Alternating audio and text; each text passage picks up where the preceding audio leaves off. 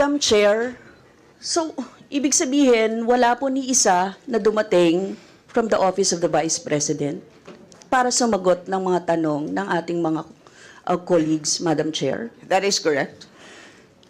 Madam Chair, kahapon kasi hindi na kami pinagtanong sa Office of the President. Tapos ngayon naman, wala naman yung Office of the Vice President para tanungin namin, Madam Chair.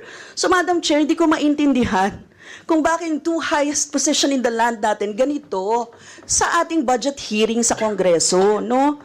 Madam Chair, isang insulto sa mamamayang Pilipino at sa mga kinatawan dito sa loob ng Kongreso na hinalal ng mamamayan. Ano?